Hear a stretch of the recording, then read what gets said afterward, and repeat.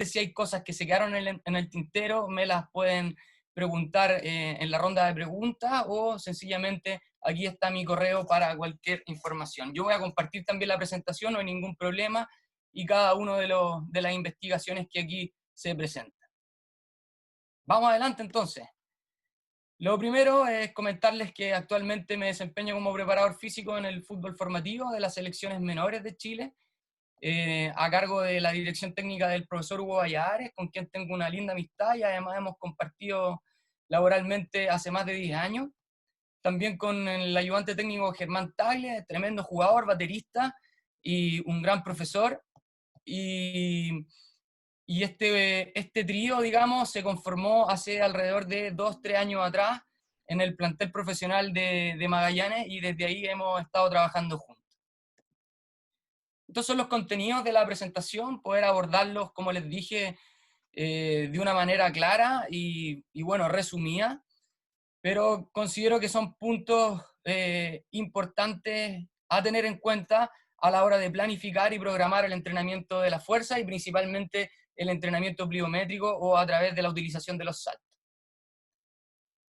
Cuando hablamos de pliometría, hay una base o un soporte que es fundamental y tiene que ver con la contribución de la fuerza.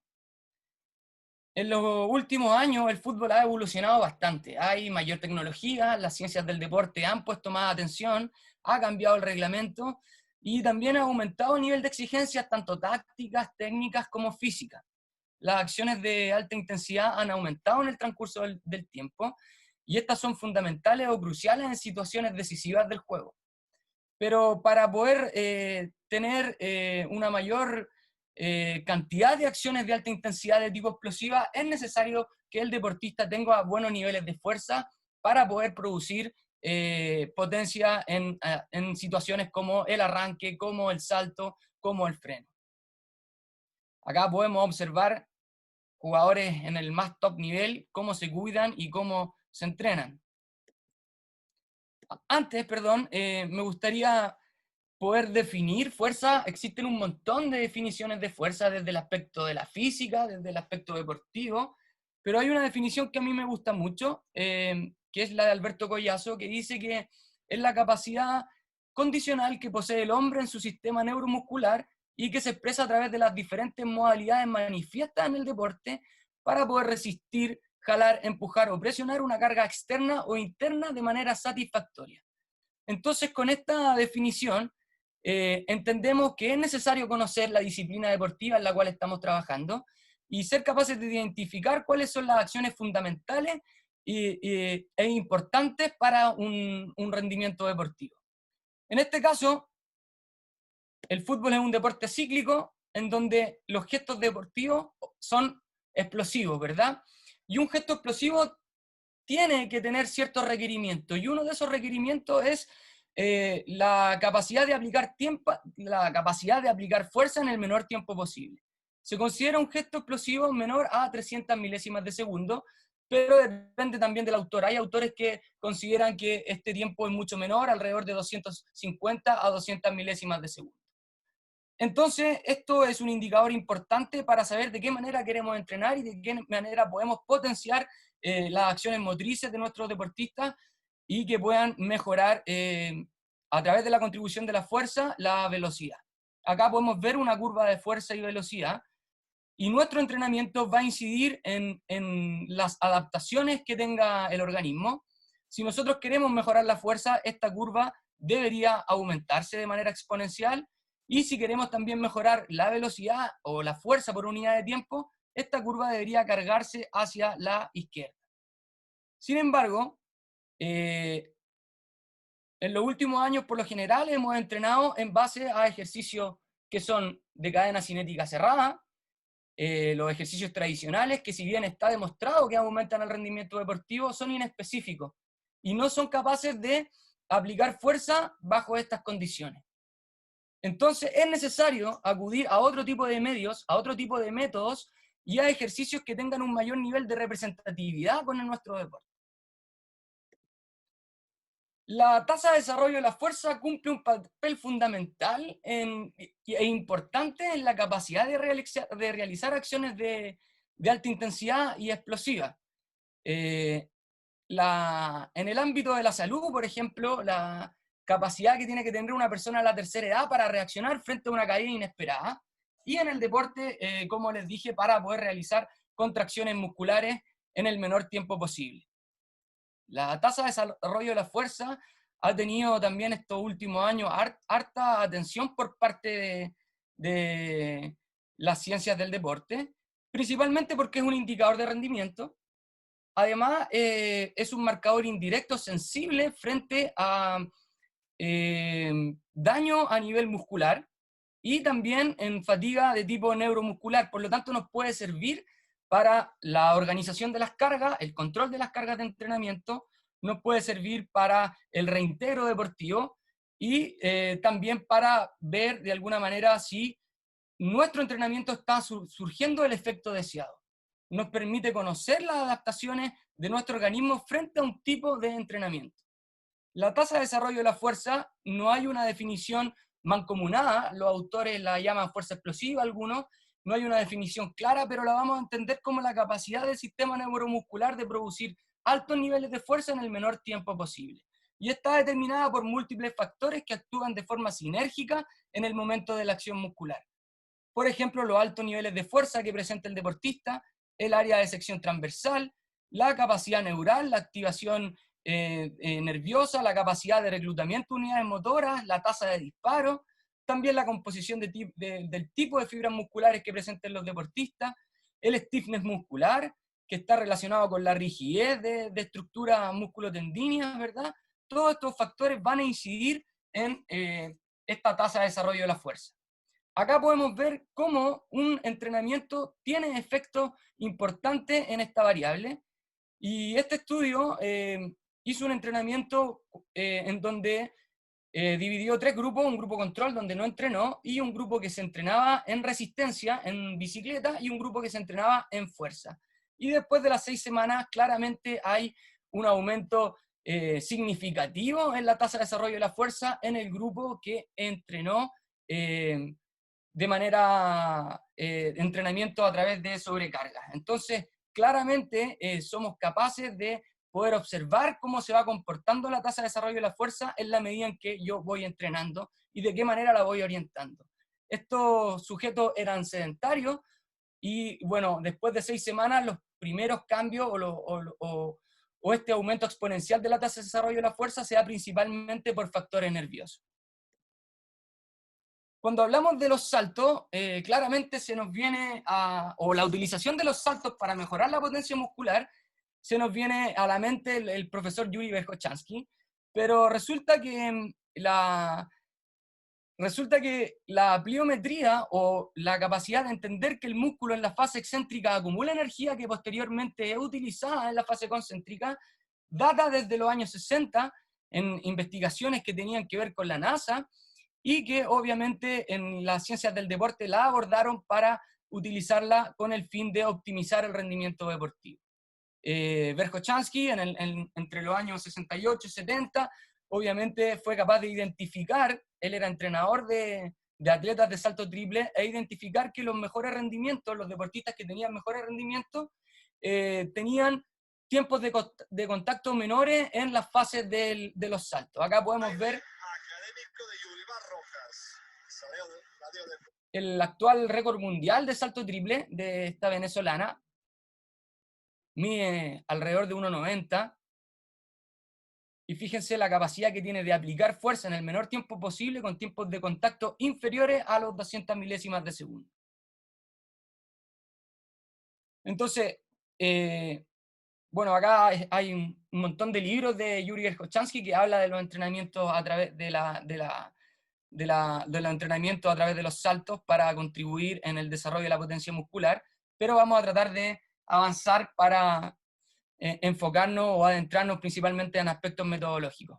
Bueno, la pliometría consiste principalmente en características que posee la musculatura de acumular energía sin costo energético, y también la utilización de los reflejos musculares y de las estructuras elásticas que posee el tejido muscular y el tejido tendinoso. Para que se dé esto, para que se dé esta acumulación de energía, es necesario las acciones múltiples de contracciones musculares. En este caso, contracción muscular excéntrica, isométrica y concéntrica. Hay una característica fundamental del ciclo de estiramiento-acortamiento que tiene que ver con una preactivación muscular antes del aterrizaje. Esta preactivación muscular de alguna manera es una anticipación del sistema nervioso que identifica que tiene que aterrizar, por lo tanto genera rigidez a nivel de la musculatura del tren inferior para poder amortiguar y de esta manera evitar la deformación de las extremidades inferiores. Mientras más rigidez, menor es la deformación y además es mayor la acumulación de energía. Por lo tanto, para poder utilizar de mejor manera esta energía acumulada en la fase excéntrica, también se requiere de altos niveles de stiffness muscular y también de tiempos de contacto necesarios que permitan utilizar esta energía para posteriormente transferirla en la fase concéntrica, que me va a ayudar a impulsarme de mejor manera. Este almacenamiento de energía está determinado por componente elástico y en paralelo también por aspectos mecánicos que tienen que ver con la tensión que se generan las cadenas de actina y miosina. En la fase excéntrica estas cadenas se estiran y generan tensión que posteriormente va a ser utilizada y va a potenciar la fase concéntrica. Y también la utilización, como les dije, de los reflejos del sistema nervioso, específicamente el reflejo miotático, que está determinado por neuroreceptores como los usos neuromusculares y los órganos tendinosos de Golgi. Vamos avanzando, después podemos entrar mucho más acerca de esto, pero quiero ir avanzando en el tema. Entonces aquí podemos ver, a través de saltos desde altura, y la señal eléctrica de la musculatura del tren inferior, cómo hay una preactivación del sóleo, por ejemplo, o de los gastrocnemios antes del contacto. La línea vertical que ven ustedes acá es el momento del contacto. Y tanto en el sóleo, en gastrocnemio, tibial anterior, como en el vasto medial, hay hartos niveles de activación muscular antes de llevar este contacto. Por lo tanto, esto va a permitir que esa musculatura esté mucho más rígida y sea capaz de, en el proceso de amortiguación y en la fase excéntrica, poder generar la mayor cantidad de energía posible. Ahora, esta energía requiere de un tiempo establecido. Cuando mayor es la deformación y mayor es el tiempo de contacto, esta energía se disipa a través del calor. Existen dos tipos de ciclo estiramiento-acortamiento que tenemos que considerar a la hora de entrenar a nuestros deportistas. Están los SEA de mayor a 250 milésimas de segundo, que se dan en acciones deportivas, por ejemplo en el voleibol, en el bloqueo, donde hay una flexión importante de la rodilla, la cadera y de la articulación del tobillo para producir fuerza de forma vertical, y el SEA de corta duración, con tiempos de contacto menores a 250 milésimas de segundo y que se dan en acciones como el sprint. Si nosotros pensamos en el fútbol, claramente el sprint tiene un papel fundamental. La capacidad de acelerar que tienen los deportistas va a marcar la diferencia en ciertas situaciones de juego. Por lo tanto, nosotros deberíamos orientar nuestro entrenamiento a tiempos de contacto inferiores a 250 milésimas de segundo.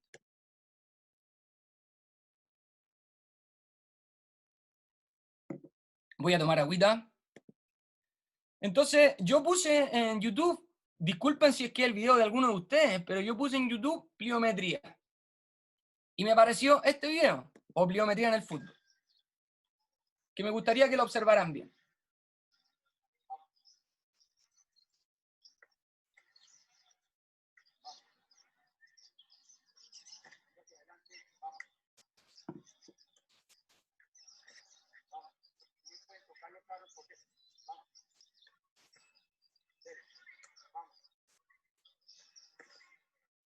Entonces, si ustedes se dan cuenta, en este ejercicio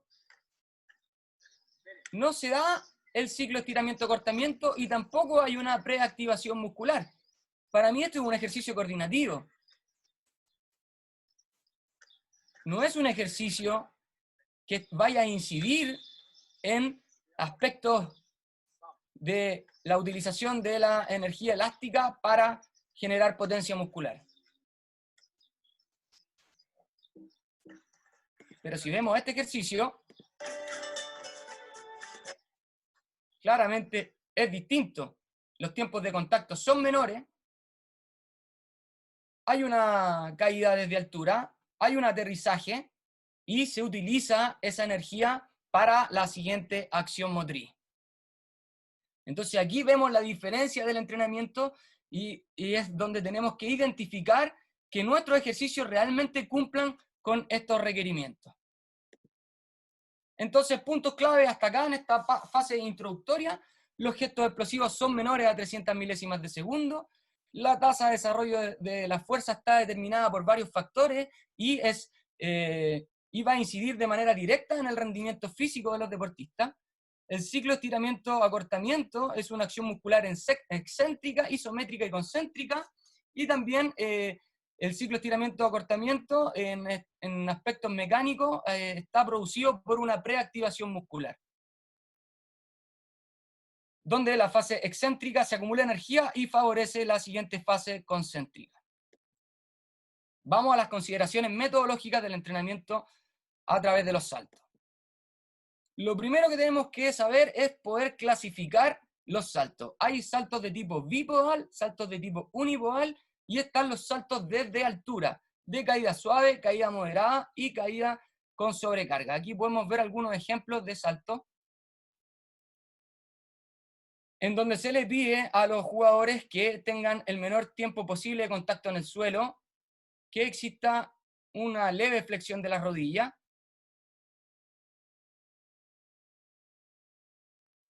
y que el contacto con el suelo sea con la punta de los pies, con los tarsos. Entonces hay distintas variantes del salto, en donde el objetivo principal es buscar la reactividad de la articulación del tobillo.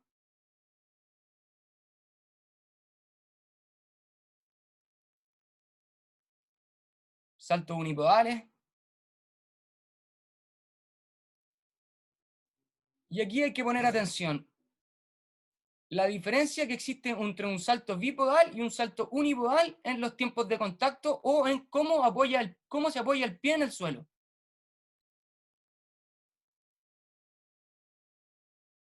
Fíjense que este jugador apoya por completo la planta del pie en el suelo en un salto unipodal. Por lo tanto, se aumentan los tiempos de contacto. Y también se evidencia a través de grabaciones, por eso es importante grabar los entrenamientos, que claramente el stiffness muscular no es tan grande porque el centro de gravedad baja considerablemente, producto de que la articulación del tobillo aumenta su grado de flexión. Es importante también considerar el vector de fuerza.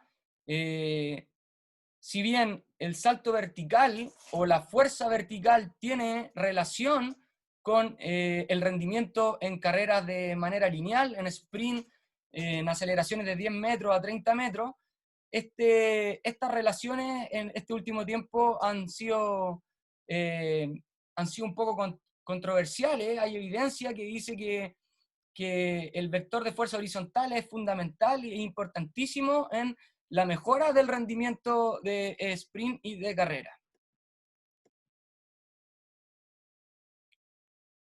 Este estudio nos entrega una información importante, que es sobre qué superficie nosotros debemos desarrollar el entrenamiento de los multisaltos. Entonces, evaluaron a deportistas a través de una plataforma de fuerza e hicieron dos evaluaciones. Una evaluación que les medía el CMJ, donde pusieron otra plataforma sobre la placa de fuerza que tenía estas características, una capacidad de amortiguación, y los hacían saltar.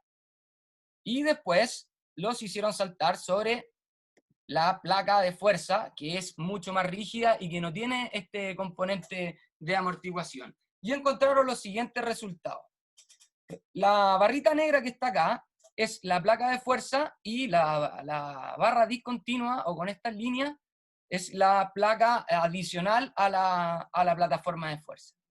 ya que acá podemos ver, por ejemplo, en el gastrocnemio, que los tiempos de contacto fueron menores con la superficie rígida y que además la activación muscular medida a través de electromiografía también es mayor. En cambio, la superficie inestable o que tenía o era más blanda, los tiempos de contacto son superiores a las 300 milésimas de segundo y la activación muscular también es menor. Lo mismo sucede en el vasto lateral y en el músculo sólido. O sea que si yo utilizo o llevo adelante entrenamientos pliométricos para poder favorecer esta capacidad de utilizar la energía elástica de la articulación del tobillo, necesito entrenar en superficie rígida. Los tiempos de aplicación de los saltos son fundamentales. Como les explicaba acá, hay autores que hablan de tiempos de contacto inferiores a los 200 milésimas de segundo y también indican la vía energética por la cual la musculatura va a utilizar para realizar estas acciones.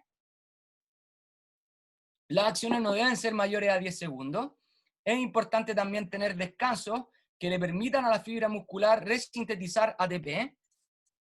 Cuando, por ejemplo, entrenamos entre ejercicio o entre series, es necesario tener descansos mayores a 5 minutos. Y si nosotros, por ejemplo, estamos haciendo el entrenamiento de fuerza y después queremos ir a cancha, deberíamos considerar un tiempo de alrededor de 15 minutos para que el organismo sea capaz de resintetizar las reservas de ATP y fosfocreatina. En la medida en que yo voy aumentando y voy dando menos descanso a este tipo de entrenamiento, voy a entrar a otras vías de energías que no van a contribuir o no van a ser eficaces para producir fuerza reactiva en el menor tiempo posible. Otro aspecto que hay que considerar es la frecuencia con que yo voy a utilizar los saltos. Y este estudio evaluó distintos tipos de frecuencia. Entonces, a través de rebotes, en donde la flexión de rodilla era prácticamente mínima, y podemos observar que en la medida que aumenta la frecuencia del salto, es decir, mayores contactos contra el suelo, también disminuyen los tiempos de contacto. Acá podemos observar esto que está acá son los tiempos de contacto. Entonces, en la medida que aumenta la frecuencia, disminuyen los tiempos de contacto. También disminuyen, obviamente, las fases de vuelo, y lo importante es que en la medida que aumenta esta frecuencia, también aumenta el nivel de stiffness muscular. Por lo tanto, nosotros deberíamos hacer rebote, enfatizando en realizar la mayor cantidad de contactos posibles sobre el suelo. Entonces, a mayor frecuencia, menor son los tiempos de contacto, y a menor tiempo de contacto, mayor es el stiffness muscular de la articulación del tobillo. Otro aspecto que hay que considerar y que muchas veces nosotros cometemos el error cuando trabajamos con estas escaleritas de coordinación, en donde le pedimos a nuestros deportistas que hagan harta frecuencia en skipping, elevando bien arriba la rodilla y tratando de movilizar lo más rápido posible los segmentos articulares del tren inferior, en vez de enfatizar en la cantidad de contactos que genero contra el suelo. Este estudio evaluó de velocidad lineal y dividió al grupo en los más rápidos y los más lentos, y se dio cuenta que el grupo más rápido que está acá, tiene menores tiempos de contacto, tanto con la pierna derecha como con la pierna izquierda, y también disminuyen los tiempos de vuelo. En cambio, el grupo más lento, los que se demoraron más en realizar el test, tienen tiempos de contacto mucho más altos. Entonces ese es un indicador importante. Pero el grupo lento resultó que era capaz de generar mayor movilidad a nivel articular, es decir, aumentaban sus grados de movilidad de la articulación de la cadera y la rodilla, y eran capaces de mover de manera más rápida las articulaciones, habían mayores velocidades angulares. Entonces, claramente ese no es el objetivo que nosotros queremos conseguir. Nosotros lo que queremos conseguir es alta aplicación de fuerza contra el piso para poder aprovechar esa energía elástica, para poder aprovechar la ley física de la acción y reacción y disminuir los tiempos de contacto. De esa manera vamos a poder realmente generar cambios en cuanto a la capacidad de reactividad del tren inferior. Otro aspecto importante a considerar a nosotros como entrenadores es la instrucción que yo le entrego al deportista, porque esta va a incidir en la respuesta que se tenga frente a los estímulos que le voy a entregar.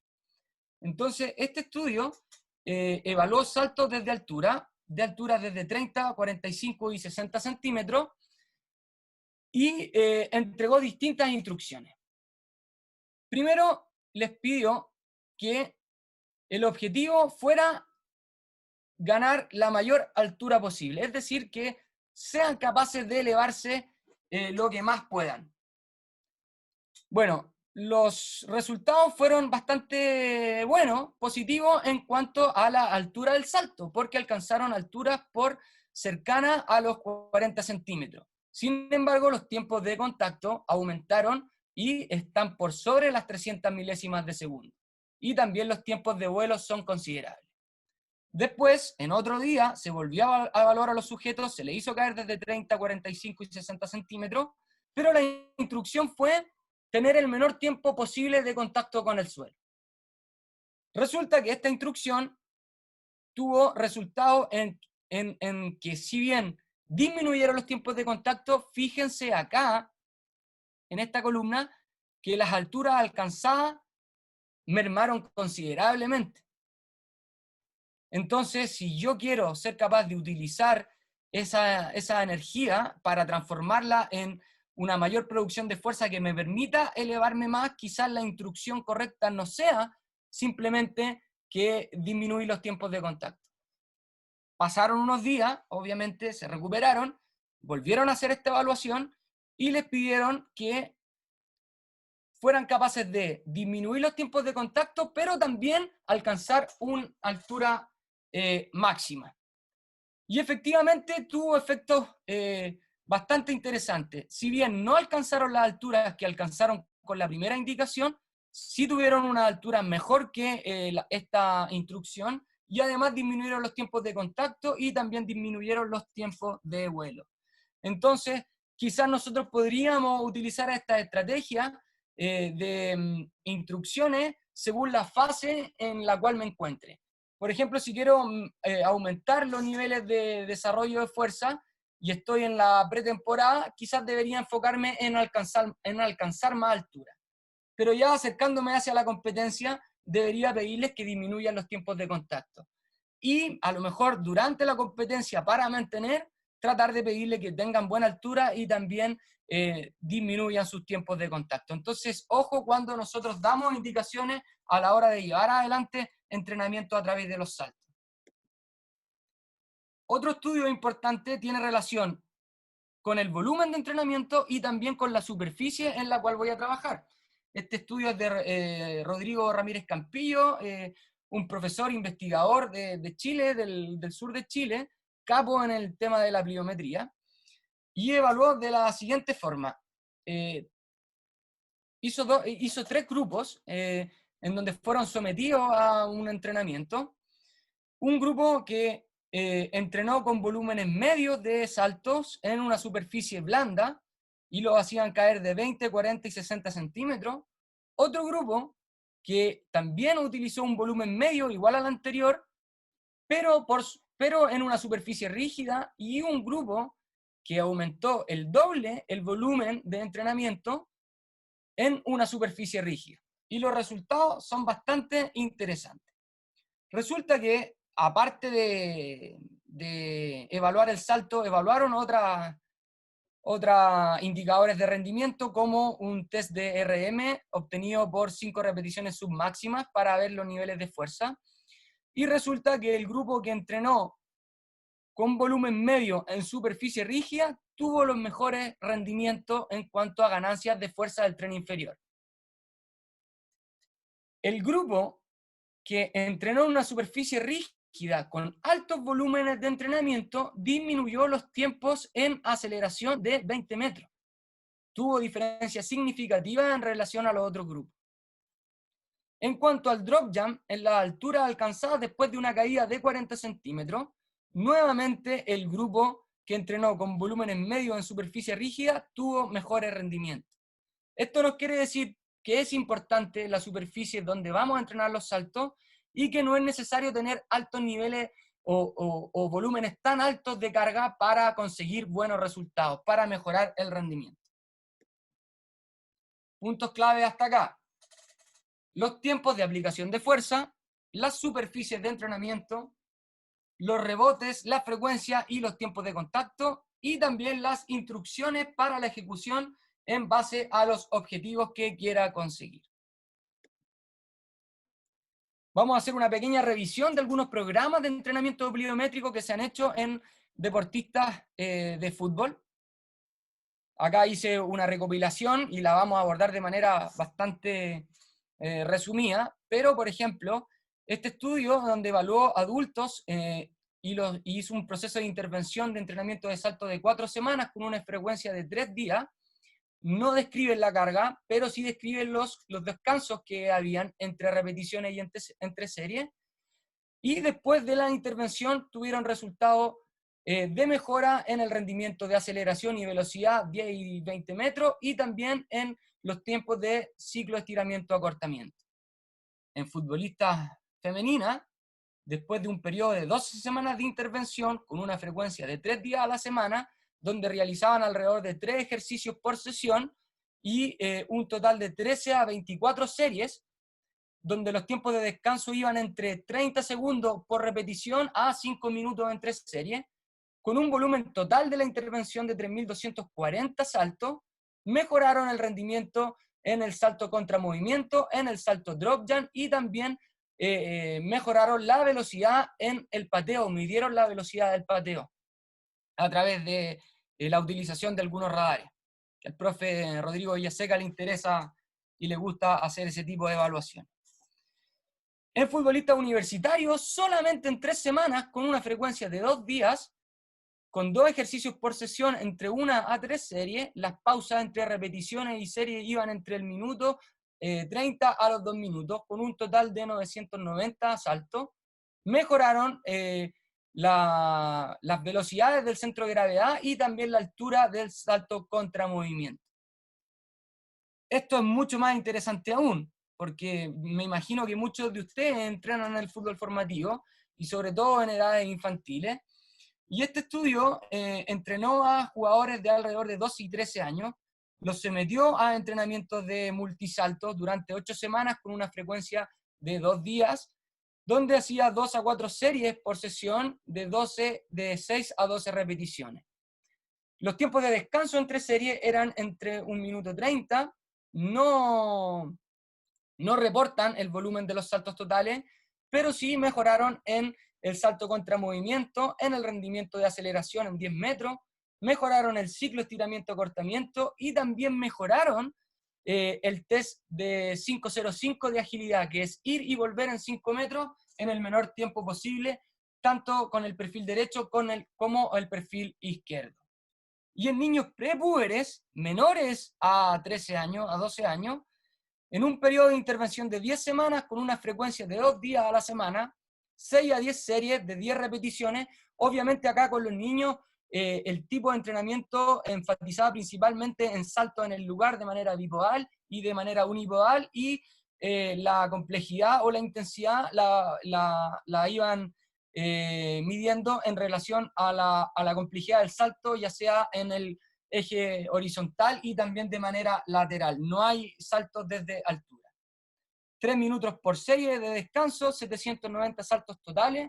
Mejoraron el squat jump y mejoraron el rendimiento en velocidad 30 metros. ¿Qué nos quiere decir todo este compendio o toda esta revisión de investigaciones en cuanto a la pliometría o el entrenamiento a través de los saltos? Es que no se necesita tanto tiempo para conseguir rendimiento o modificaciones importantes o significativas en el sistema neuromuscular, y tampoco se requiere de altos volúmenes de entrenamiento. La frecuencia, basta con frecuencias de 2 a 3 veces a la semana para conseguir los resultados que se esperan. Acá podemos observar con chicos de 13, 14 años que jugaban al fútbol, se sometieron a entrenamientos de salto También fueron aumentando la complejidad en relación a si eran saltos bipodales, unipodales, o sobre valla, o sobre obstáculos. Controlaron la carga del entrenamiento por medio de la percepción subjetiva del esfuerzo y el control del volumen minuto, sacando así las unidades arbitrarias. Y aquí pueden ver cómo fue progresando la carga en la medida en que iban avanzando las semanas. Y resulta que los chicos tuvieron muy buena relación en cuanto a que mejoraron el salto contra movimiento y también disminuyeron los tiempos en la capacidad de aceleración de 10 metros. También después de esta intervención mejoraron la altura del salto, mejoraron los tiempos de contacto y también aumentaron el nivel de stiffness muscular en relación al grupo control que no entrenó. Entonces, claramente, el entrenar pliometría va a tener un efecto positivo si es que somos capaces de manipular bien las variables de la carga de entrenamiento. Puntos clave hasta acá: frecuencia de 2 veces a la semana, mejoran el rendimiento a corto y a mediano plazo, la utilización de saltos bipodales y unipodales que tiene relación con el nivel de complejidad o de intensidad de los saltos. Los tiempos de descanso son importantes a considerar para conseguir adaptaciones positivas en el sistema neuromuscular, y las mejoras del rendimiento se observan con volúmenes moderados de cantidad de saltos. Acá nos vamos a un tema ya un poco más difícil de analizar, y me gustaría poder también abordarlo desde una mirada crítica de cómo nosotros evaluamos los saltos.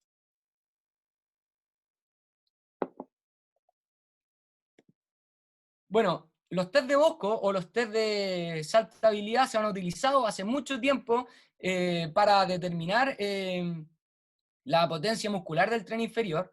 Los saltos son un indicador de rendimiento, son capaces de diferenciar entre un jugador de elite o un jugador no elite, o entre un deportista y una persona sedentaria, pero tienen también sus limitaciones. Acá podemos observar cómo este jugador de fútbol profesional, que ha estado al menos en Chile jugando a buen nivel en clubes importantes,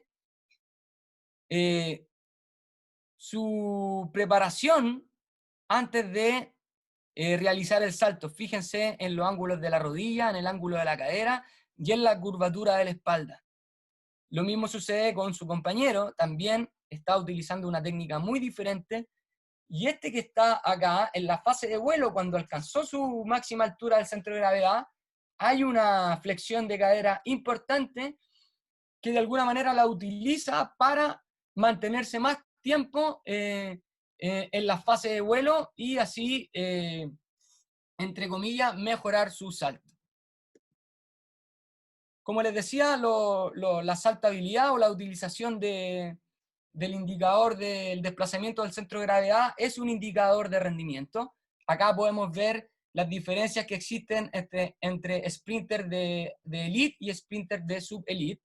Claramente, las alturas de salto, los tiempos de contracción, el índice de reactividad es mucho mejor en los deportistas que tienen marcas cercanas a los 10 segundos, y no así en los deportistas que tienen tiempos de velocidad mayores a los 10 como con 50 segundos. Entonces, claramente, el salto es un indicador de rendimiento y de ser capaces de diferenciar entre deportes. Claramente, los voleibolistas saltan más que los futbolistas. Acá también nosotros llevamos adelante un estudio junto con el profesor Pablo Merino y el doctor Aeo, en donde quisimos relacionar la composición corporal con el rendimiento neuromuscular, pero encontramos que efectivamente los rendimientos en el salto contra movimiento eran superiores en los delanteros, tanto en la categoría sub-15 como en la categoría sub-17, y también que habían diferencias significativas de rendimiento en los jugadores sub-17 en relación con los jugadores sub-15. Por lo tanto, el salto es un indicador que tenemos que considerar si queremos de alguna manera orientar y planificar el entrenamiento. Pero como les decía, obviamente tiene sus limitaciones, y les quiero mostrar este video.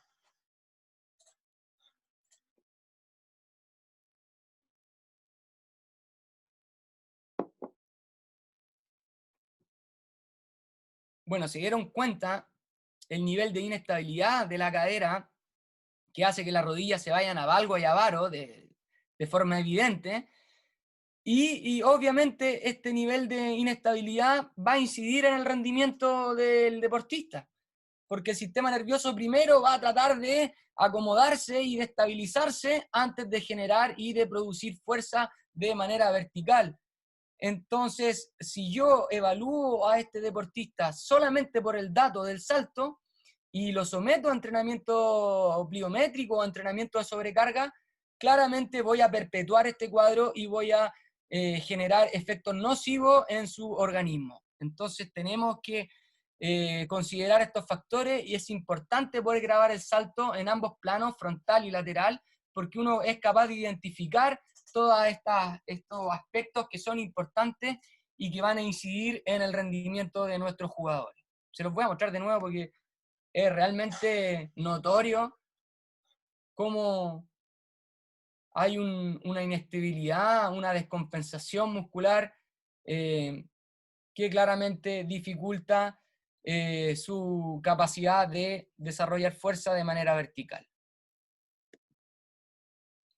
Bueno, me imagino que ustedes conocen los test de Bosco, el salto en cuclilla, el salto contra movimiento y el salto a manos libres, que ambos miden distintas variables. El salto squat jump mide solamente la fase concéntrica, el salto contra movimiento mide la capacidad elástica del tren inferior y el salto a Balakov es capaz de integrar aspectos netamente coordinativos. También tenemos el drop jump, que es para poder conocer la altura óptima de caída, que se utiliza para llevar adelante y programar entrenamientos que tienen relación con saltos desde altura. Entonces el sujeto lo hacen saltar desde una altura, primero en el lugar, luego desde altura de 10 centímetros, 20 centímetros, 30 centímetros, y va así de manera incremental, y según la altura del salto y también los tiempos de contacto es donde yo voy a encontrar la altura óptima de caída, que quiere decir que si entreno desde esta altura voy a tener rendimientos positivos, voy a tener efectos positivos en mi rendimiento. Se aconseja, una vez que yo obtengo esta altura óptima de caída, entrenar con un 10% menos, comenzar con un 10% menos y luego ir aumentando hasta este punto. De ninguna manera vamos a inmediatamente pasar a una fase mayor porque vamos a generar un daño a nivel principalmente de estructura, articulares, osteomusculares, tendinosas y también un estrés mecánico y neuromuscular importante que claramente van a mermar el rendimiento. Acá les voy a mostrar el ejemplo de cómo se evalúa el drop jump. Entonces, en la medida que va aumentando la altura, el sujeto tiene que ser capaz de alcanzar una altura importante en el menor tiempo posible.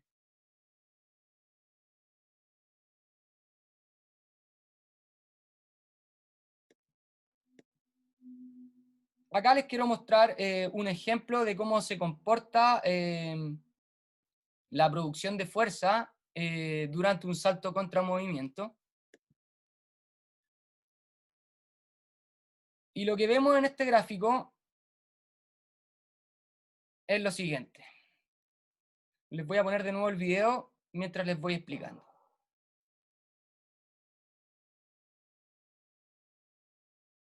En el eje horizontal vemos el tiempo del salto y en el eje vertical vemos la producción de fuerza.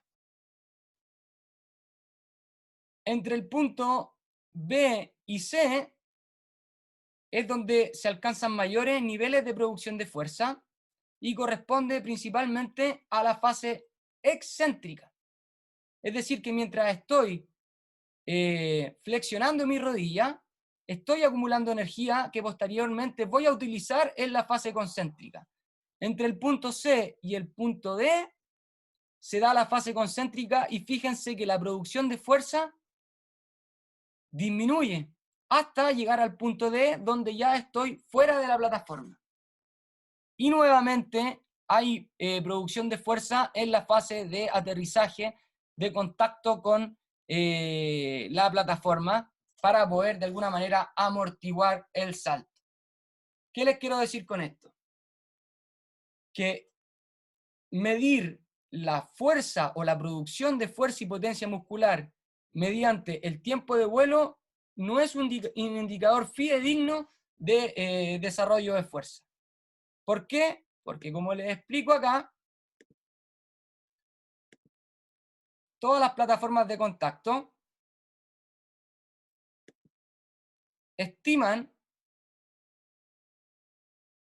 o sacan conclusiones en relación al tiempo de vuelo, y mientras estoy en el aire no estoy produciendo fuerza.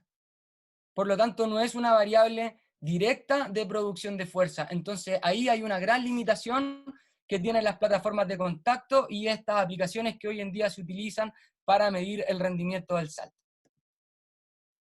Bueno, lo quisimos comprobar y este estudio, que está en proceso de publicación, también lo llevamos adelante con Pablo Merino y con dos profesores que son biomecánicos. Lo hicimos mientras yo estaba trabajando en el club Barnechea, en el plantel profesional, y evaluamos con placas de fuerza y quisimos correlacionar la tasa de desarrollo de la fuerza con el tiempo de vuelo, la altura del salto y la altura del salto relativa, que tiene relación con el salto partido por la estatura de los deportistas. Y nos llevamos unas sorpresas bastante interesantes.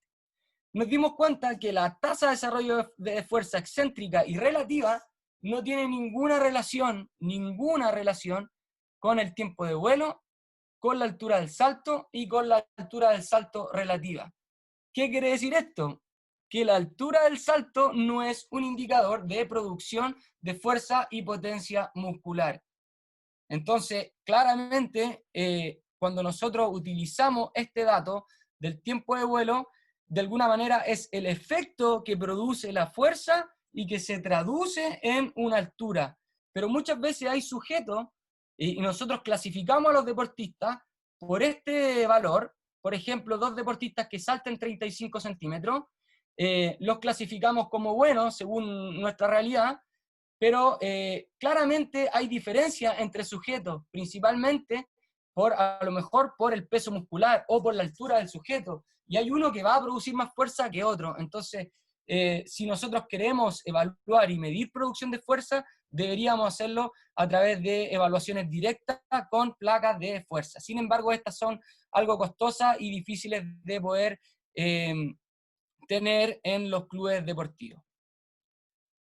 Para poder dar solución a esto, claramente hay un montón de posibilidades para evaluar la altura del salto. Por ejemplo, a través de la aplicación MyJump, bajo un registro de filmación de 240 cuadros por segundo, pero obviamente esta aplicación tiene las limitaciones que obtiene los resultados en base al tiempo de vuelo, es decir, desde el momento en que me despego de la plataforma y aterrizo.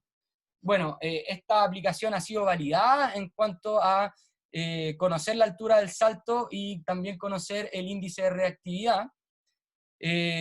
Fue validada por Carlos Balsalor en el 2015 con MyJump 1, y Haines y Bishop la validaron el 2019, el año pasado, con DropJump, y encontraron resultados bastante interesantes, que bueno, es una aplicación que tiene altas correlaciones para obtener el índice de reactividad y para obtener la altura del salto. Sin embargo, no tiene una buena correlación con la potencia muscular media. Esto debido principalmente a que sus cálculos matemáticos o el perfil del deportista que se ingresa en la aplicación, este resultado de potencia media se obtiene mediante la ecuación del tiempo de vuelo. Bueno, Kroll en el 2017 propone el seguimiento del trocánter mayor también por medio de la filmación a través de cámaras de alta velocidad y de alguna manera de identificar a través de un marcador reflectante el trocánter mayor, que se consideraría como el centro de masa, y poder ver la velocidad y la altura del centro de masa solamente en la fase vertical. Este tipo, de alguna manera, dice que obviamente cuando yo me elevo, no soy capaz de bajar de la misma manera. Y esto está, como les decía, principalmente dado por la técnica del jugador y por las variables que van a haber en la fase de suspensión y en la fase de aterrizaje. El centro de gravedad no sube y no baja del mismo modo. Por lo tanto, el tiempo de vuelo no es un buen indicador para poder medir la altura del salto y la potencia muscular. ¿Qué hizo Kroll? Bueno, propone este seguimiento al trocánter mayor en donde identifica el momento en donde me despego del suelo, ¿verdad? Entonces, desde ahí yo evalúo a través del seguimiento del centro de gravedad, donde alcanza su altura máxima, y le resto, los centímetros del pie para obtener este resultado. Bueno, ¿qué hizo Kroll en esta investigación? Obviamente quiso relacionarse con un gol estándar, en este caso la plataforma de fuerza, que utilizaba la ecuación de la velocidad de despegue, y también se evaluó o se comparó con la ecuación obtenida mediante el tiempo de vuelo. Y obtuvo los siguientes resultados. Cuando se comparó con el gol estándar, tuvo una relación muy fuerte y muy significativa en relación a la altura del salto y al índice de reactividad. Y sin embargo, también en este estudio nos demuestra que la altura del salto obtenida por el tiempo de vuelo, si bien tiene una buena correlación en cuanto a la altura del salto, el nivel de error es mucho mayor.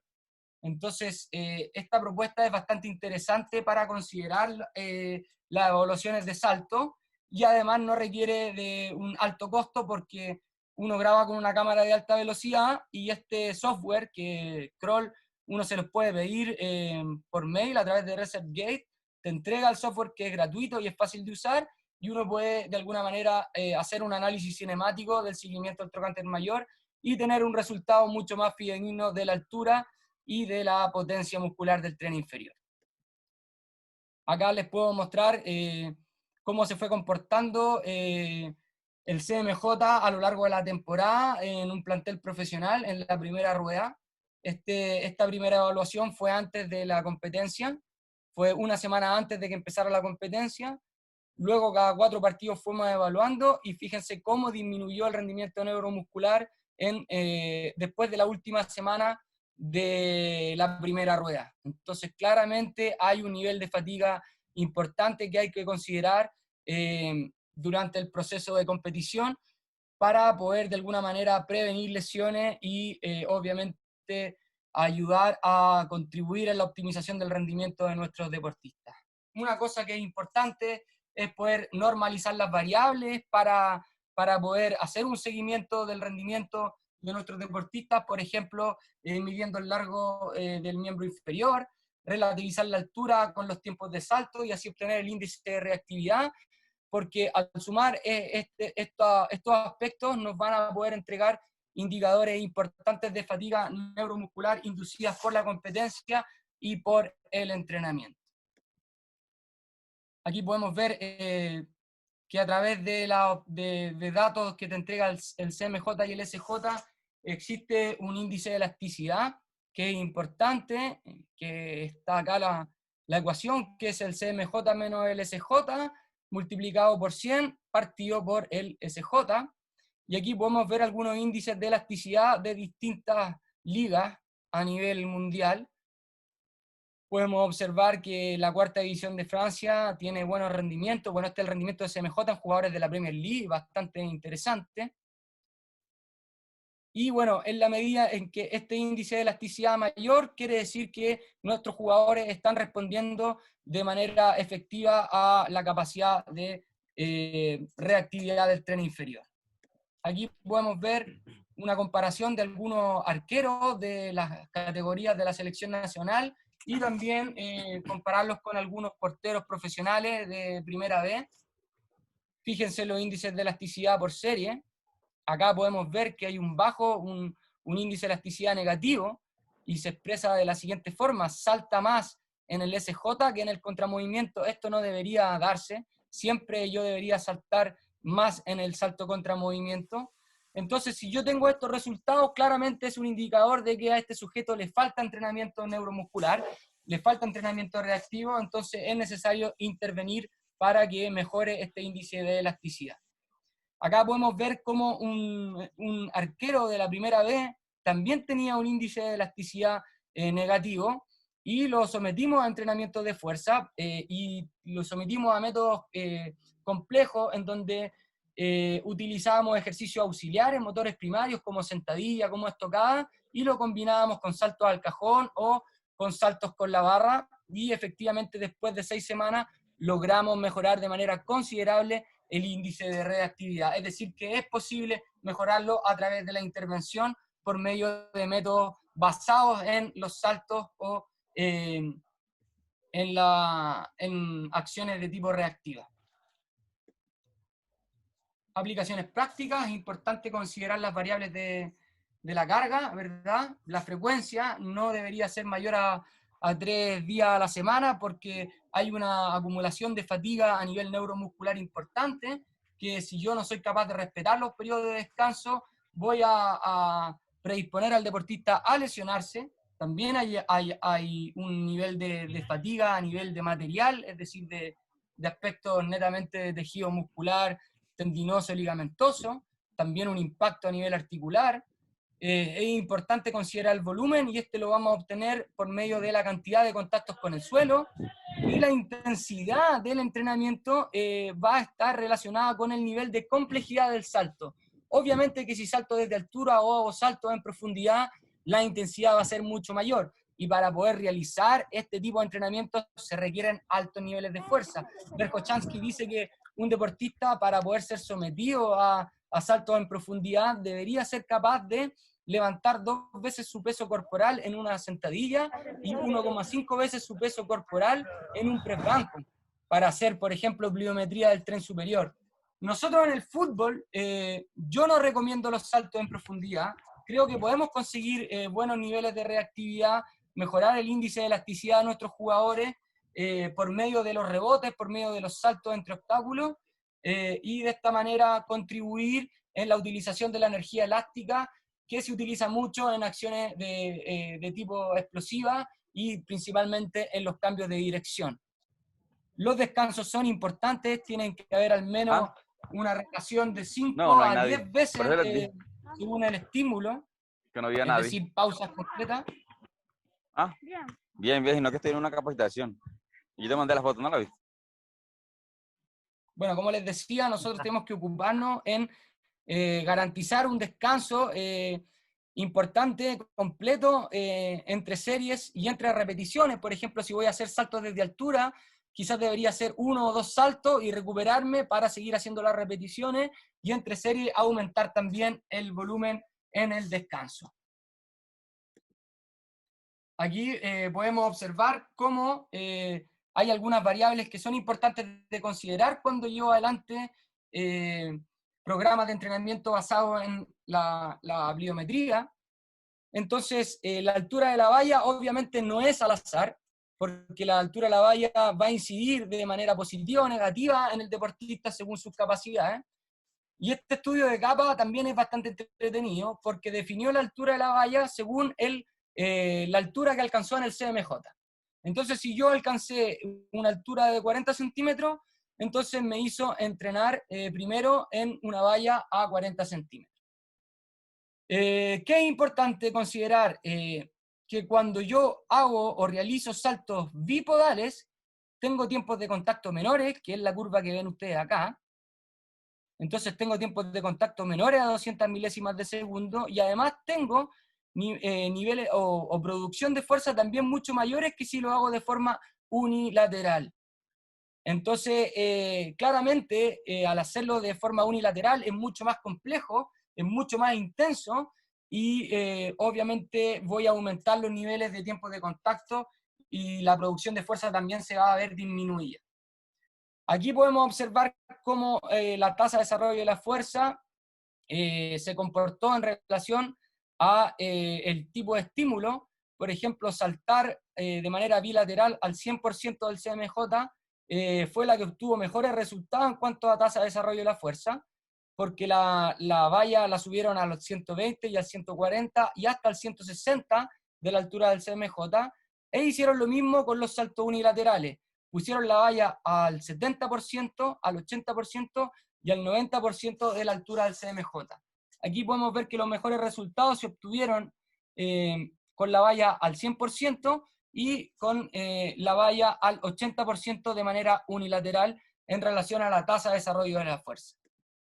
También hay resultados en cuanto a la producción de fuerza, y resulta que cuando yo entreno con la valla al 120% del CMJ, tengo mayor producción de fuerza si lo hago de forma bilateral, y cuando entreno con la valla a una altura relacionada con el 80% del CMJ, también tengo mayores producciones de fuerza. Es decir, que si quiero mejorar los niveles de fuerza, tengo que entrenar a un 120%, es decir, ubicar la barra a esa altura de forma bilateral y de forma unilateral. Y en relación a los tiempos de contacto, cuando tengo menores tiempos de contacto es cuando pongo la valla a una altura del 100% del CMJ de manera bilateral y a una altura del 70% del CMJ de forma unilateral. Entonces aquí podemos ver que nuestras variables, nuestra manipulación de estas variables van a incidir en las adaptaciones a nivel neuromuscular de nuestros deportistas. Entonces, por eso es importante considerar el nivel del deportista, la fase de competición en la cual se encuentren y el periodo de la vida del deportista, si está en un periodo de edades tempranas o ya es un deportista mucho más avesado. Por eso, estos tipos de estudios nos indican que nada es al azar, que en la medida en que seamos más rigurosos, vamos a poder obtener mejores resultados de rendimiento para nuestros jugadores, que es nuestro trabajo también como preparadores físicos. Bueno, después de este estudio, que se hizo una revisión de muchas investigaciones que hablaban de programas de entrenamiento pliométrico y principalmente de los tiempos de descanso, se puede concluir que es necesario tener al menos 48 horas para volver a aplicar un estímulo similar. Es necesario tener descanso entre 30 segundos a 5 minutos entre series, según la complejidad del salto que esté realizando. Es importante tener descanso entre 2 a 5 minutos entre ejercicios, es decir, estoy saltando de manera bilateral y después voy a hacerlo de manera unilateral, o estoy saltando al cajón y después voy a ir a saltar entre vallas. Entonces, entre ejercicios también tiene que haber descanso importante. Y entre repeticiones, obviamente que si estoy haciendo rebote, en donde yo necesito la mayor cantidad de frecuencia posible, bueno, no voy a pedir descanso entre repeticiones, sí lo voy a hacer en las series. Pero si estoy haciendo, por ejemplo, saltos desde altura, debería considerar un tiempo alrededor de 60 segundos para que el siguiente salto también tenga la misma producción de fuerza. Entonces, la variable del descanso es fundamental porque va a conducir a modificaciones significativas en el rendimiento deportivo y también en cuanto a la antropometría. Obviamente que si doy menos tiempo de descanso va a haber una fatiga a nivel periférica importante, va a haber una fatiga mecánica y también una fatiga metabólica que va a inducir a cambios, por ejemplo, a niveles de hipertrofia. Y bueno, se ha demostrado que para producir altos niveles de fuerza en el menor tiempo posible, no es necesario tener tantos niveles de hipertrofia, sino que es más interesante ser capaz de aplicar fuerza en el menor tiempo posible de manera mucho más selectiva, donde el aspecto neuromuscular, las adaptaciones neurales son mucho más importantes. Entonces, en la medida en que yo vaya manipulando estas variables, también voy a ir incidiendo en las adaptaciones a nivel estructural también de los jugadores. La progresión o el nivel de complejidad o el nivel de intensidad de los saltos va a estar estrechamente relacionada con el estrés mecánico. Obviamente que si salto desde alturas mayores a la altura óptima de caída, voy a tener un estrés mecánico y neuromuscular importante. Entonces, el volumen hay que considerarlo, hay que considerar el nivel de expertise del deportista, los años de entrenamiento, los niveles de fuerza muscular. Y cuando hago saltos, por ejemplo, juegos de saltos de rebote, de baja altura, saltos en el lugar o saltos sobre valla, obviamente el nivel de intensidad es menor y podría utilizar mayores volúmenes de entrenamiento. Yo recomiendo trabajar entre el 1 y el 3. Yo, al menos en lo personal, no he trabajado en niveles 4 y 5. Quizá con algunos deportistas de forma individual, en donde yo me he asegurado a través de mediciones, a través de conocer los niveles de experiencia deportiva, quizá sí efectivamente he llevado a lo mejor entrenamientos con un grado de dificultad mayor, un grado de intensidad mayor. Pero creo que para el fútbol, sobre todo a nivel profesional, donde yo necesito tener un deportista fresco, donde necesito que ojalá tenga las menos molestias posibles, utilizaría nivel 1, nivel 2, máximo nivel 3. Acá podemos ver también que en relación al nivel de complejidad del salto, disminuye también el volumen. Acá hay deportistas principiantes, intermedios y avanzados, y en la medida que aumenta la intensidad, disminuye el volumen. Lo que tenemos que considerar principalmente en este tipo de entrenamiento es la calidad de la ejecución técnica, la altura del salto posterior y obviamente estar controlando de manera constante la percepción subjetiva del esfuerzo. El ojo clínico del profe también es importante. Si no tengo la capacidad de tener una cámara y poder, o plataformas que me permitan evaluar los tiempos de contacto, tengo que enfocarme en dirigir mi vista hacia la articulación del tobillo y ver cómo el talón avanza más o menos para poder determinar si hay mayores tiempos de contacto o no. Entonces también la expertise, los niveles de experiencia que tenga cada profesor son importantes para poder orientar de mejor manera nuestro entrenamiento. Para los que entrenan a los arqueros y quieren hacer entrenamiento pliométrico del tren superior, ya les dije que se requieren altos niveles de fuerza, pero de alguna manera se cumplen los mismos requisitos, es decir, tratar de aplicar fuerza en el menor tiempo posible con ser capaces de no flexionar tanto la articulación del codo. Aquí podemos ver que hay caídas desde altura con el tren superior, hay saltos hacia obstáculos de manera repetitiva, de manera reactiva, también se puede utilizar con dejarle caer un balón y que éste sea capaz de amortiguarlo y empujarlo nuevamente en el menor tiempo posible. Y aquí este estudio en donde hizo de alguna manera evaluación de drop jump del tren superior, donde hizo que el sujeto saltara en el lugar, poniendo las manos en las placas de fuerza y luego fue aumentando la altura de caída de 3,8, 7,8 y 11,4.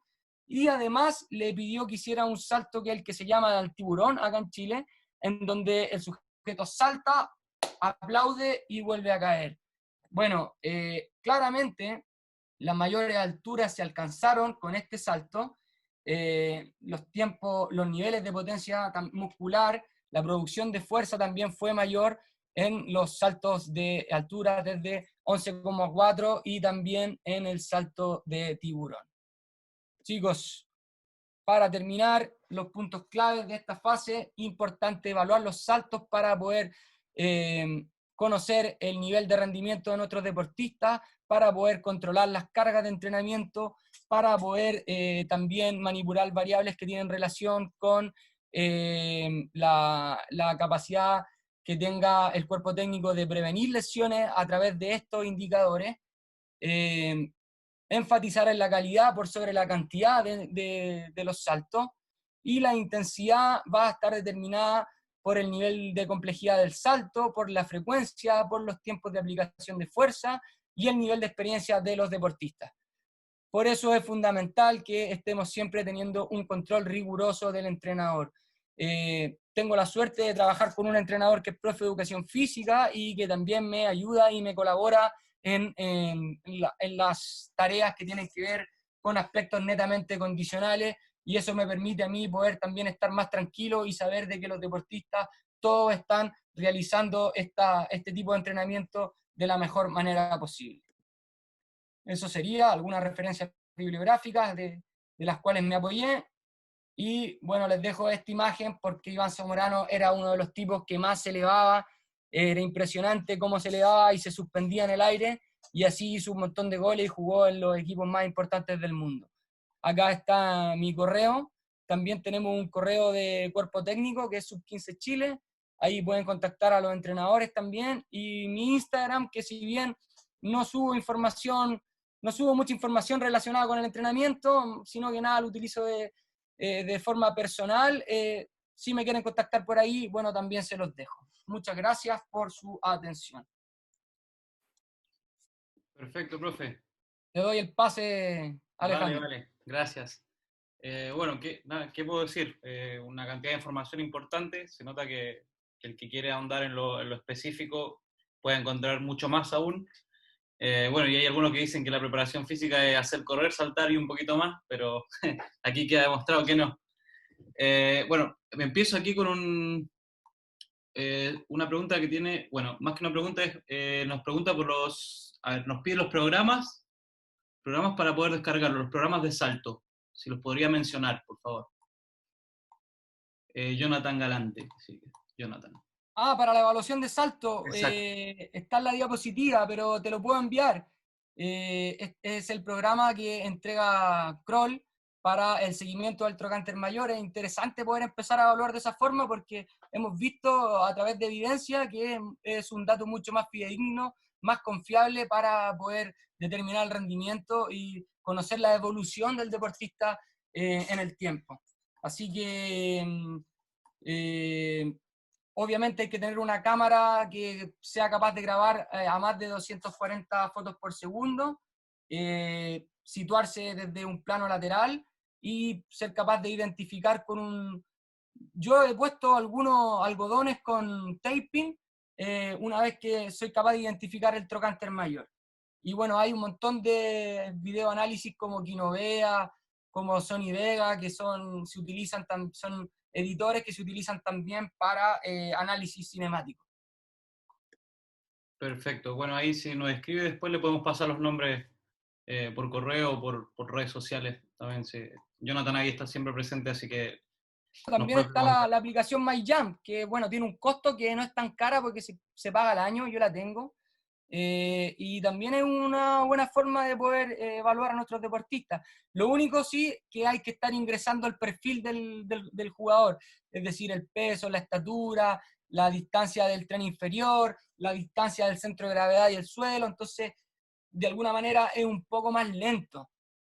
Por eso es que ir grabando desde una cámara y hacerlo saltar y después concentrarse en editar podría ser un poco más fácil. Ya. Perfecto, buenos datos ahí entonces que podemos ir complementando después por chat. Bueno, entramos un poquito, a ver si podemos hablar un poco, yo sé que según lo que me explicaba el profe Hugo el otro día, tienen un sistema ahí de trabajar con la categoría sub-15 que es un poco especial porque los chicos juegan por su club, vienen a entrenar con la selección, desarrollan un microciclo, digamos, de 3 días, me parece que hablaba a veces, y después vuelven a su club y todo esto. ¿Cómo es aplicable en este caso, desde alguna forma, la pliometría ahí, cuando quizás no hay comunicación con todos los cuerpos técnicos donde juegan los chicos y también en honor al tiempo de trabajo que tienen? ¿Cómo lo podrían llegar a aplicar? Bien, bueno, tú lo dijiste, lo principal es la comunicación con los otros cuerpos técnicos y ver qué tipo de programa de entrenamiento están llevando ellos. Si yo no los entreno, están perdiendo 3 días importantes de estímulos que los pueden obtener en el club. Entonces, por ejemplo, tratamos de en la selección atender a las necesidades individuales de cada deportista y muchas veces los clubes nos entregan las pautas y nosotros las llevamos a cabo antes de ir a cancha.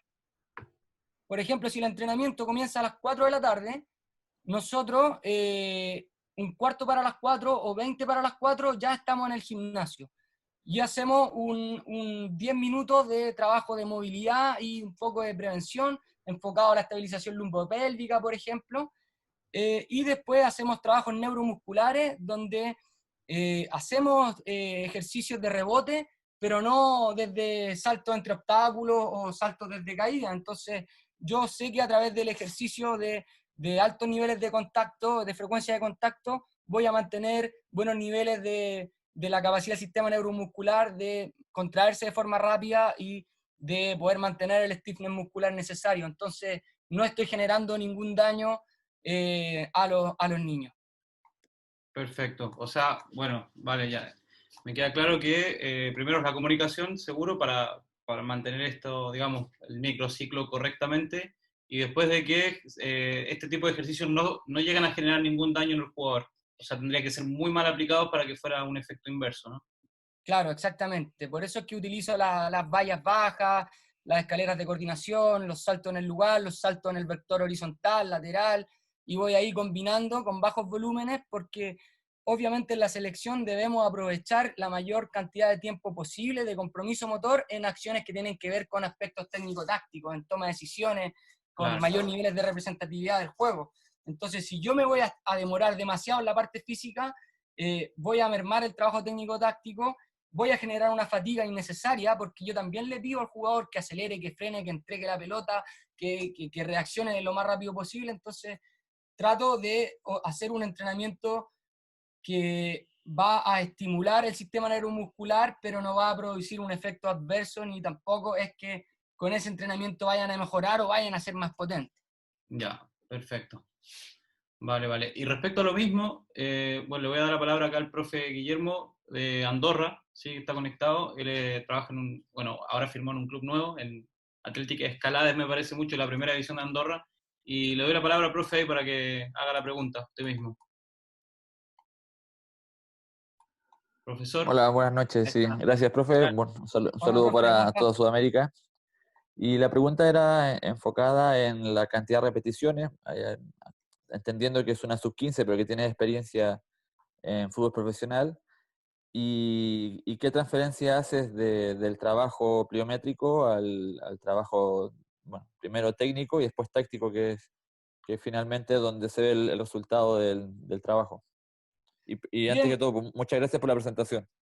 ok, muchas gracias, profe. Bueno, efectivamente, yo trato de hacer series que no superen más allá las 10 repeticiones. Por lo general hago series de 6 repeticiones, en donde voy combinando saltos bipodales, unipodales sobre obstáculos de vallas bajas. Es decir, que no utilizo, eh, por ejemplo, las vallas según la altura del CMJ, menos en niños sub-15.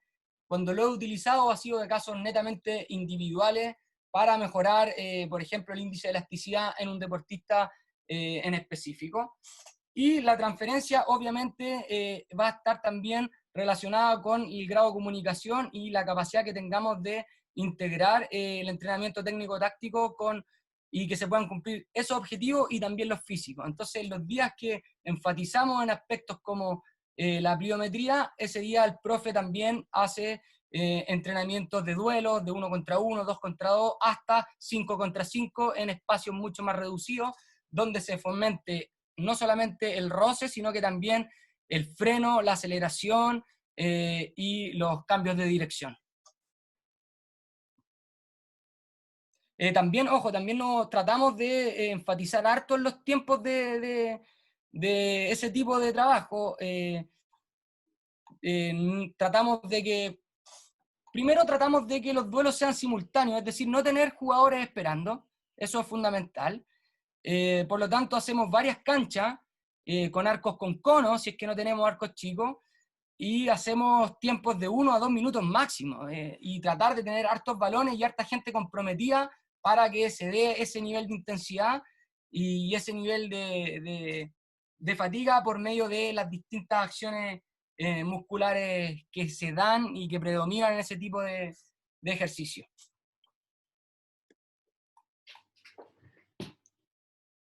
Profe. Sí, muchas gracias, sí, sí.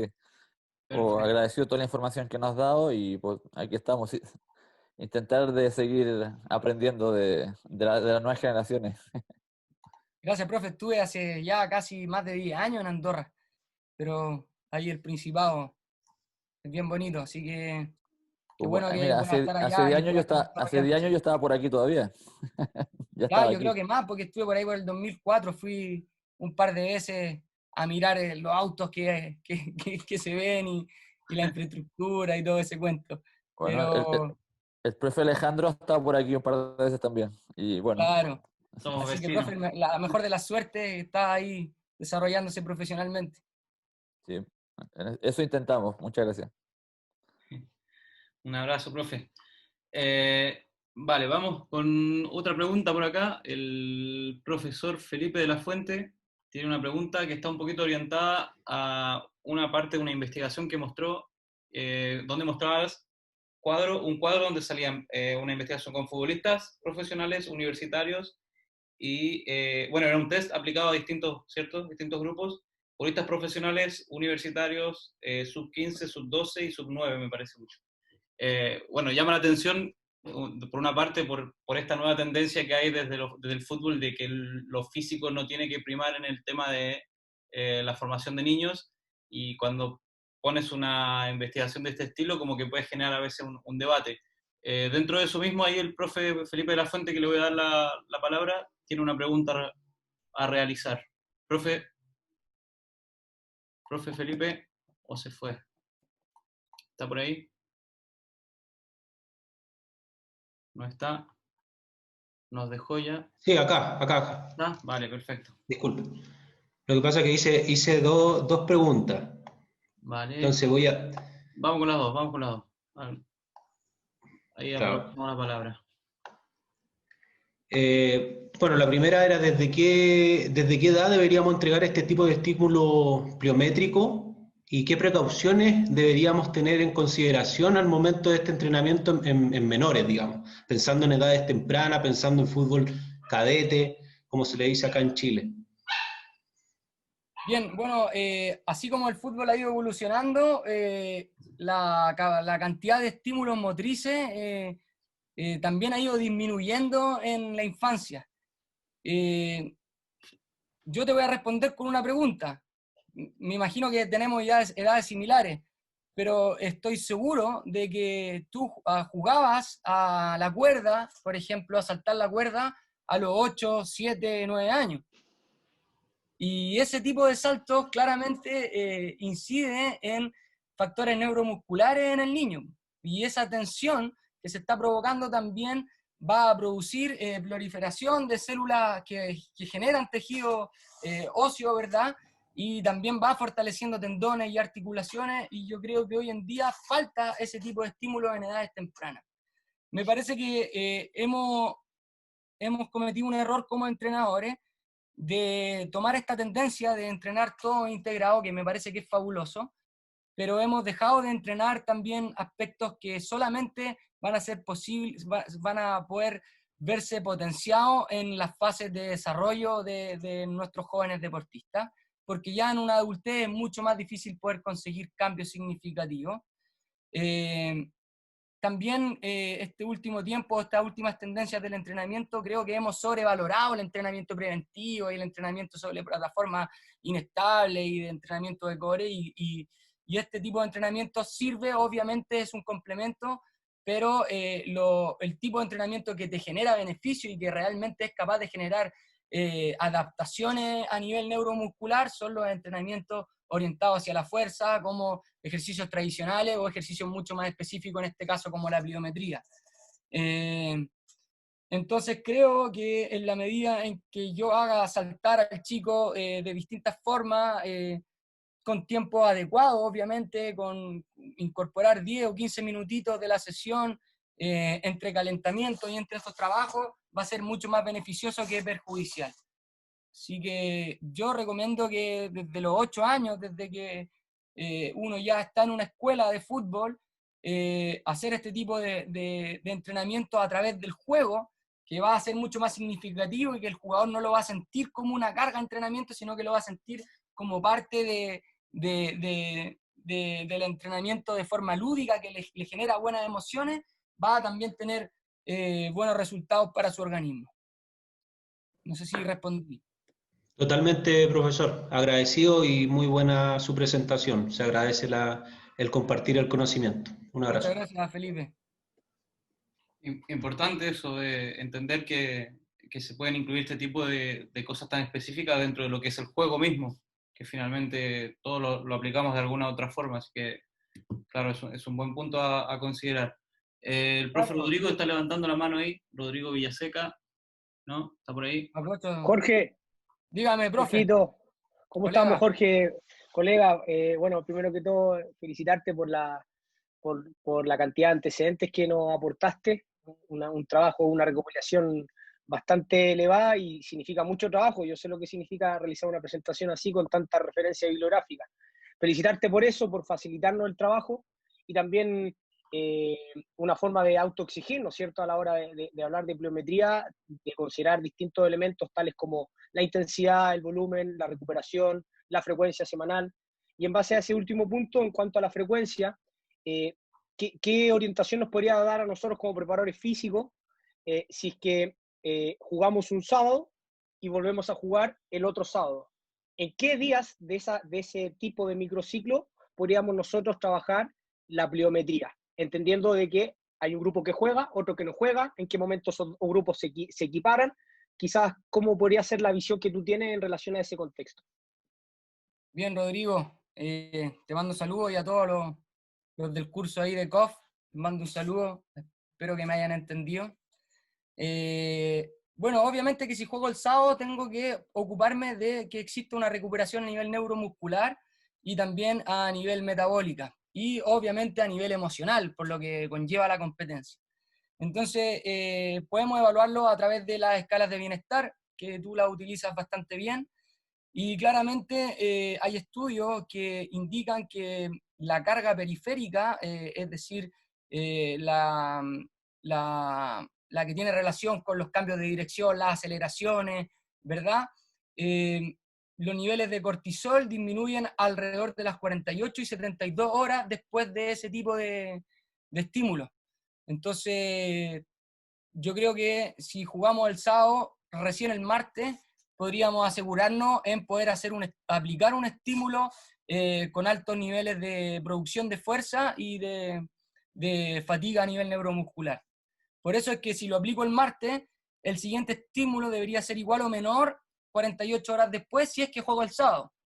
Ahora, ¿qué es importante? Que a través de la aplicación de este tipo de estímulo, también me permite mantener los niveles de reactividad. Quizás no los voy a mejorar, pero los voy a mantener y eso es fundamental para optimizar el rendimiento y prevenir las lesiones, porque hay evidencia importante que dice que cuando hay fatiga a nivel neuromuscular hay mayor prevalencia de lesiones. Por eso te hablaba que la tasa de desarrollo de la fuerza hoy en día se ocupa como un indicador de daño muscular y de fatiga neuromuscular. Entonces, si tengo la posibilidad de evaluar, sería interesante que en el mismo entrenamiento, si tengo una plataforma de contacto, por ejemplo, haga una estación de CMJ y haga estaciones de vallita, estaciones de salto al cajón. Entonces, cada vez que el deportista pasa por la estación de saltabilidad, yo ya le registré su rendimiento. Entonces, los puedo ir controlando semana a semana y me voy dando cuenta de su avance o su retroceso. Los niveles de fuerza, principalmente las adaptaciones neuromusculares, disminuyen alrededor de las 2 semanas de inactividad. Entonces, por eso es importante mantener estos niveles y obviamente identificar qué jugadores tienen niveles de índice de elasticidad bajos para poder meterle una carguita adicional. Obviamente que esa carga no tiene que mermar el trabajo que viene después, que es el trabajo en cancha. Por eso lo interesante que el volumen es fundamental, que es posible conseguir mejora a nivel de rendimiento en este aspecto con bajos volúmenes. Está demostrado, ahí lo vimos en varias investigaciones. Y lo otro importante es considerar el terreno donde yo aplique esos estímulos. O sea, si yo voy a entrenar en la playa, claramente el saltar en la playa, esa energía se va a disipar y no voy a ser capaz de producir y de aprovechar la energía elástica. Quizás me puede servir como una fase previa de entrenamiento general, de fortalecimiento a nivel articular, propioceptivo, pero si quiero mejorar niveles de reactividad, tengo que entrenar en una superficie más dura. Ahora, el jugador de fútbol entrena en el pasto. Por lo tanto, si yo los quiero llevar a una superficie más rígida, tengo que tener mucho cuidado en el volumen, en el tipo de salto y en el calzado. Entonces yo recomiendo entrenar en carpeta o entrenar en el mismo terreno de juego, sin hacer tiro a la cancha, obviamente, porque después los PF nos retan y tenemos problemas. Gracias, Jorge. Entonces me quedo un poco de que no existe quizá una fórmula, existen tendencias y constantemente iré evaluando el grado de fatiga para saber si agrego una carga adicional de pliometría o si 2 veces o 3 veces por semana. Claro, exactamente. Las cargas de un partido de fútbol requieren alrededor de 48 o 72 horas para poder tener una carga similar, para como volver a niveles basales. Entonces, esas cosas hay que considerarlas y hay que ser capaz de coordinarlas y planificarlas con el entrenador. Gracias, Jorge. Nuevamente, felicitaciones. Gracias, profe. Saludos. Bueno, profe, tenemos por acá una de las últimas. El profe Diego Alarcón también quiere preguntar algo relacionado con el tema de los volúmenes. ¿Está por ahí, profe Diego? Profesor Diego Alarcón. Sí, ahora sí. ¿Qué tal? Hola, Jorge. Hola, Hola, profe. muchas gracias. Jorge, gracias por la presentación. Mi consulta es la siguiente: si contemplas más o menos dentro de la semana, para este volumen de entrenamiento pliométrico, las posibles cantidades de cambio de dirección dentro del mismo juego. Si lo tomas como una consideración para el volumen de salto, como en este caso pliométrico, de manera aislada. Sí, claramente. Bueno, depende de las posibilidades que uno tenga donde desarrollar el entrenamiento. Si puedo desarrollarlo en la cancha, por ejemplo, detrás del arco, obviamente a mí me gusta trabajar mucho en circuitos, mucho en estaciones. Entonces voy a tener una o dos estaciones orientadas hacia aspectos pliométricos, por ejemplo, y otra estación con cambios de dirección, donde los cambios de dirección no superen los 5 metros. Y además tengo que considerar la posibilidad de incorporar esta carga a nivel excéntrico con las acciones técnico-tácticas, que van a ir de la mano con los ejercicios de duelo hasta 5 contra 5. Entonces, nosotros como cuerpo técnico tenemos semanas tipo. Entonces, como decía Rodrigo, si jugué el sábado, el martes va a haber una sesión más orientada hacia la fuerza. Por lo tanto, hago una activación y a lo mejor hago algunos ejercicios pliométricos o combinaciones de ejercicios auxiliares como la sentadilla, como un peso muerto, lo combino a través de método complejo con ejercicios reactivos y después vamos a cancha. Y ahí sigo de alguna manera estimulando el sistema neuromuscular. Entonces, todas esas variables las consideramos. Y lo último, tu opinión, en este caso, de estos trabajos con salto asistido, por ejemplo, con una banda elástica que te favorece la altura de salto y que en teoría te disminuye el impacto y la acción excéntrica en el contacto. No sé si se ubica lo que te digo. Mira, ¿Los a mí consideras? me gusta utilizar las bandas de resistencia principalmente para trabajar en el vector horizontal. Es decir, tener una carga adicional que permita al deportista generar altos niveles de fuerza en el contacto con el suelo y también de ser capaz de desplazarse de forma horizontal, porque es lo que más hacemos. Entonces, ahí también es interesante ir combinando saltos con aceleraciones. Salto 3 vallas, boom, y acelero, o salto 3 vallas, acelero y cambio de dirección. Entonces, está en la creatividad del profesor y obviamente tener claro los objetivos que yo quiero. A mí esos saltos asistidos donde, por ejemplo, he visto entrenamientos donde un arquero va a alcanzar un balón y hace 2 saltos a la valla y luego pisa un bosu y alcanza el balón. Entonces ahí perdí toda la energía elástica que estaba utilizando. Entonces el objetivo, ¿cuál es? ¿El objetivo es generar una perturbación para ganar propiocepción o el objetivo es ganar reactividad y alcanzar el balón lo más alto posible?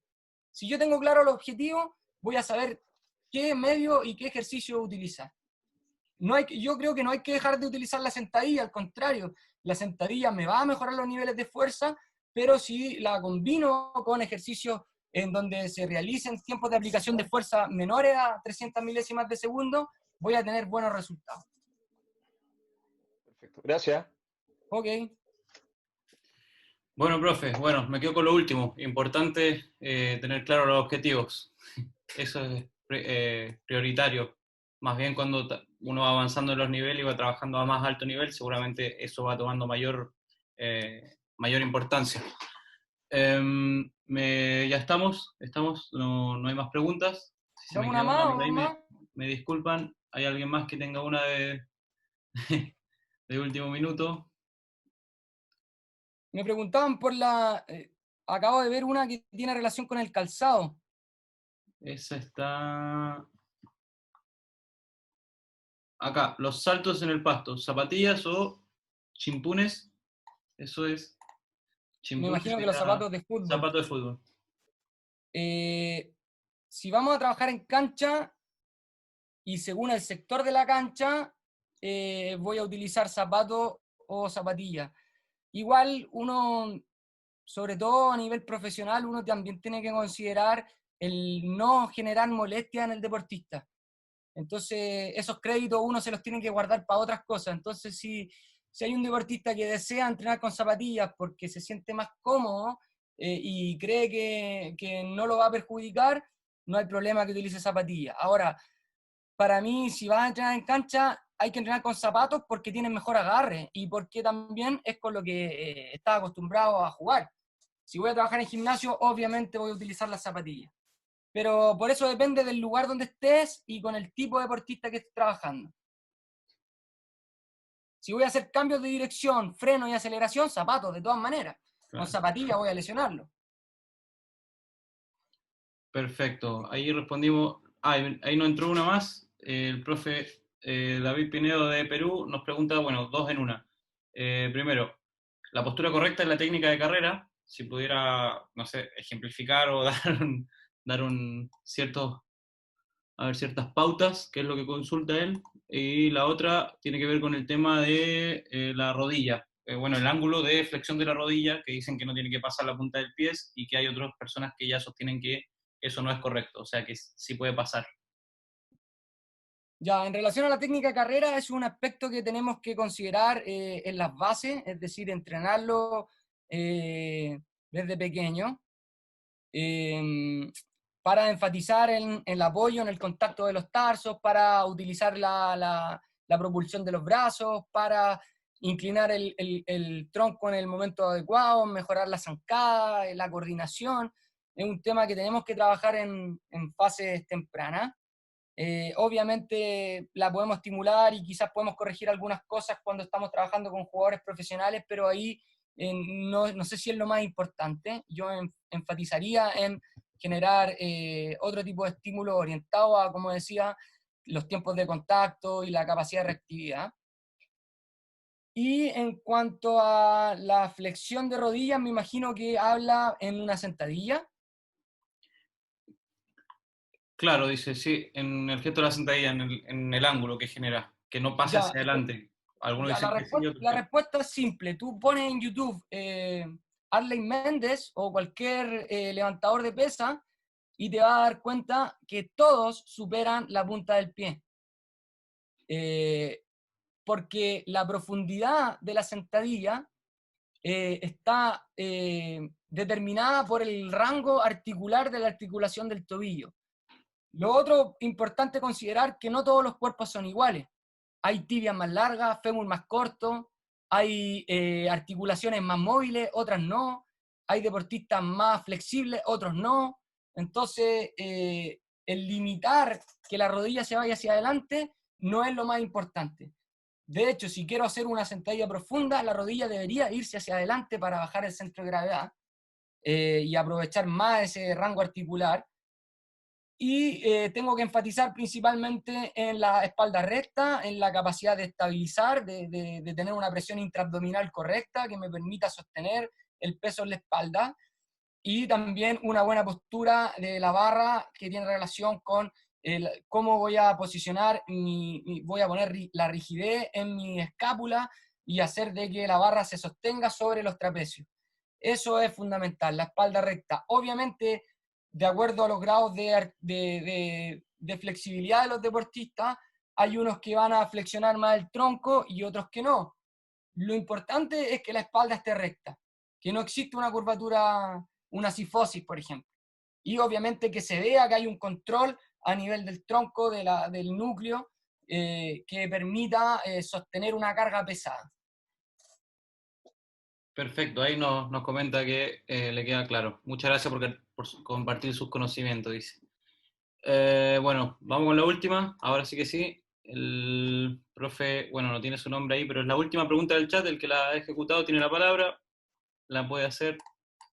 Porque dice Galaxy A20, no sé. ¿Está el profesor Galaxy por ahí? ¿No? ¿No está? Bueno, la vamos leyendo entonces. El profe Eduardo, ahí tenía su nombre, vale, Eduardo. Plataforma de salto para guiarnos en el tiempo de contacto y capacidades de reactividad nada más. No nos sirve de mucho para controlar el vector de la fuerza aplicada. Si la quiere hacer personalmente, mucho mejor, ¿no? Para poder entenderla mejor. Lo que pasa es que si voy a evaluar CMJ o SJ o Avalacop, voy a hacer una aplicación de fuerza en el vector vertical, entonces eso es lo que estoy evaluando. La capacidad del sujeto de elevarse de manera vertical lo más alto posible. La plataforma de contacto, claro, te entrega un dato interesante, pero no necesariamente un dato fidedigno en cuanto a la tasa de desarrollo de fuerza o la producción de potencia muscular. Pero sí, obviamente hay que utilizarla porque los datos obtenidos a través del tiempo de vuelo nos permiten conocer cómo se va comportando el deportista en relación a los niveles de reactividad, a la capacidad de utilizar la energía elástica. Perfecto. Enfatizar en la ejecución, eso es importante. Si voy a evaluar con plataforma de contacto o con análisis de video, no decirles que traten de caer con las rodillas lo más extendida posible y ojalá lo más parecido a la fase de vuelo sea la fase de aterrizaje. Perfecto. No existan estas mañas de flexión de tronco, extensión de tronco, de flexionar la rodilla, de caer con la rodilla flexionada, porque si yo caigo con la rodilla flexionada, aumento el tiempo de vuelo y el tiempo de vuelo a través de ese cálculo me va a dar un dato que no es real. Claro.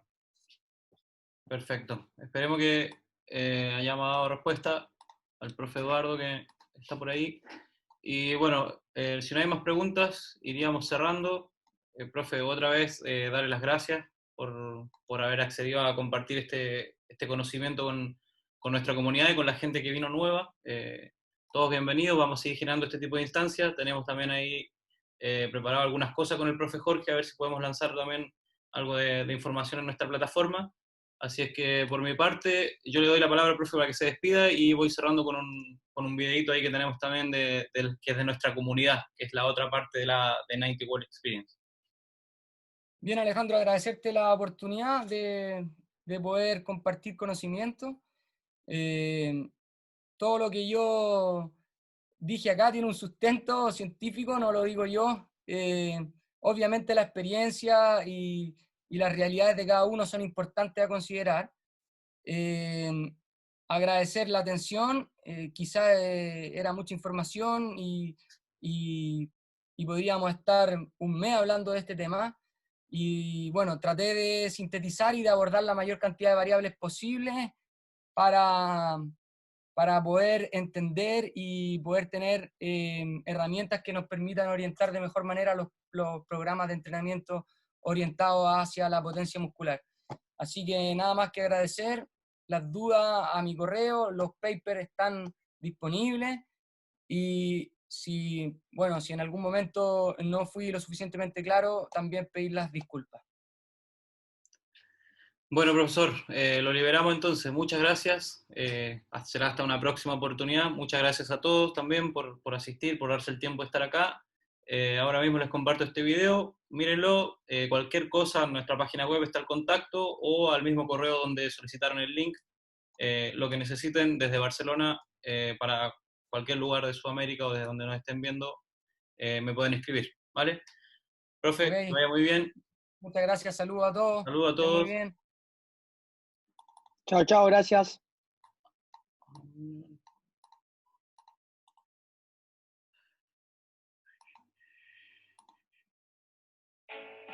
Ninety World Experience presenta 90 World Community, la comunidad internacional del fútbol moderno.